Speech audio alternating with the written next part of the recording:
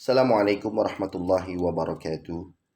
Alhamdulillah wassalatu wassalamu ala Rasulillah wa ala alihi wa ashabihi wa mawala wa la hawla wa la quwata illa billah. Rabbi shrah lana sudurana wa yassir lana umurana wa hlul 'uqdatam min alsinatina yafqahu aqwalana.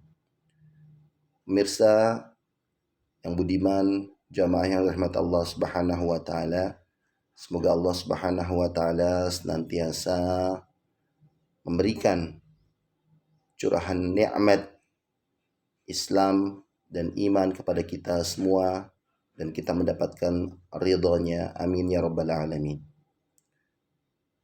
Tausiah kali ini berkenan tentang surat Al-Imran ayat 134.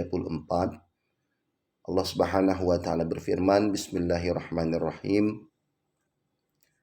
Alladzina yunfiquna fis sarra'i wad dharra'i wal kadhimina al-ghaidha wal 'afina 'anil nas. Wallahu yuhibbul muhsinin. Artinya adalah mereka yang senantiasa berinfak.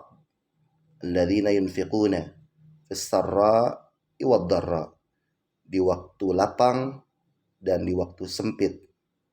Fis sarra'i wad dharra wal kadhimina al-ghaidha wal 'afina 'anil nas, dan mereka yang senantiasa menahan amarahnya, wal 'afina 'anil nas, dan mereka yang memaafkan kesalahan orang lain. Allah yuhibbul muhsinin, dan Allah Subhanahu wa taala mencintai orang-orang yang berbuat kebaikan. Jamaah yang dirahmati Allah Subhanahu wa taala, yang harus kita garis bawahi di sini adalah kalimat wal kadhimina al-ghaidha wal 'afina 'anil nas, adalah mereka yang senantiasa menahan amarahnya dan memaafkan kesalahan orang lain. Menahan amarah adalah merupakan salah satu perbuatan yang amat terpuji, yang disukai dan diridhai oleh Allah Subhanahu wa taala dan Rasulnya. Jadi menahan amarah adalah salah satu sifat yang amat terpuji. Sedangkan amarah sendiri dalam bahasa Arab dikatakan al-ghadab, itu adalah merupakan sifat yang sangat tercela dan tidak terpuji di hadapan Allah Subhanahu wa taala dan Rasulnya.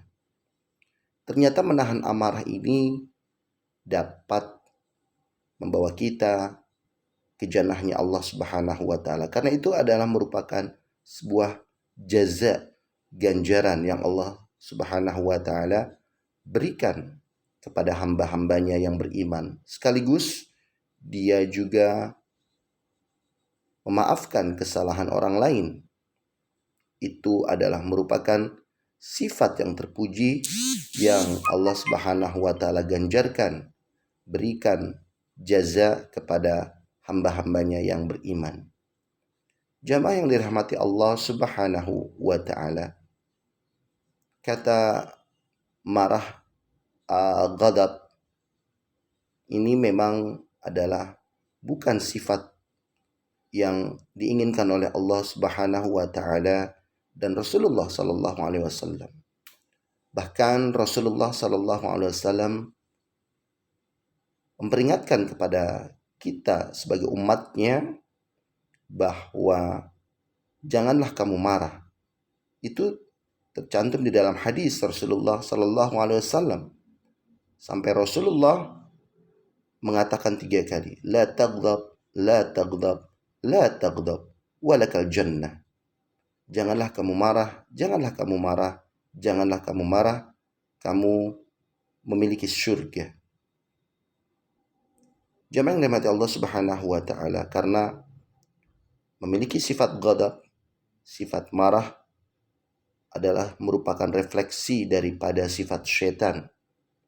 Bagaimana sesungguhnya makhluk ini yang amat hina dina diusir dari surga oleh Allah Subhanahu wa taala karena ia memiliki sifat sombong, sifat congkak, tidak mau menghormati, sekaligus dia tidak memuliakan makhluknya yang lain, yaitu Adam alaihissalam.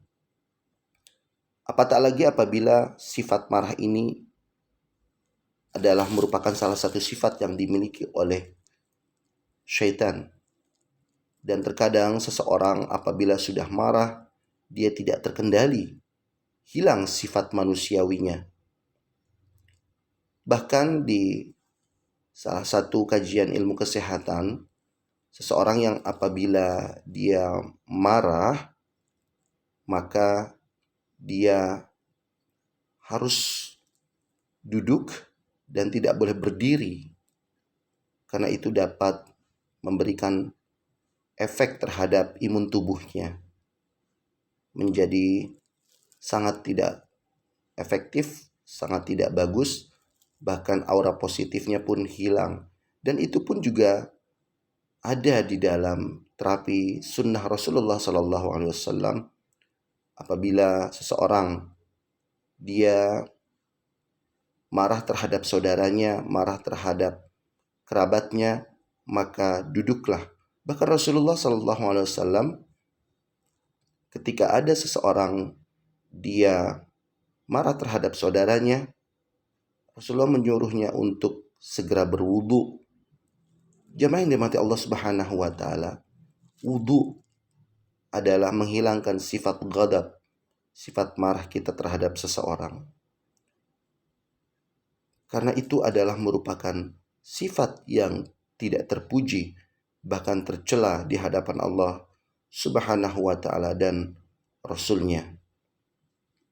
Kita mengerjakan amalan-amalan kebaikan, mengerjakan amalan-amalan sunnah Rasulullah SAW yang bersifat ibadah dan muamalah yang sesuai dengan syariat-syariat Rasulullah SAW, dan Allah Subhanahu wa taala menyukai hamba-hambanya yang berbuat baik.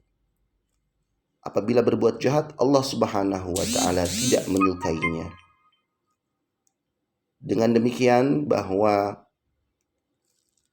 ini 4 kriteria yang disukai oleh Allah Subhanahu wa taala kepada hamba-hambanya yang beriman, yang bertakwa kepada Allah Subhanahu wa taala, yaitu di mana kata alladzina yunfiqun, berinfak, fis sarra'i wad dharra, di waktu lapang dan di waktu sempit.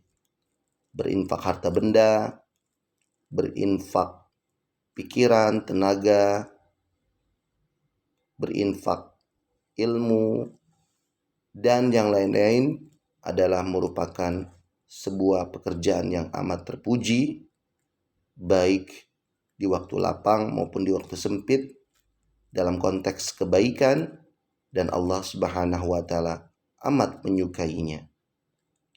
Dan juga merupakan salah satu kebaikan yang disukai oleh Allah Subhanahu wa taala jika seseorang menahan amarah sekaligus ia memberikan maaf atas kesalahan orang lain.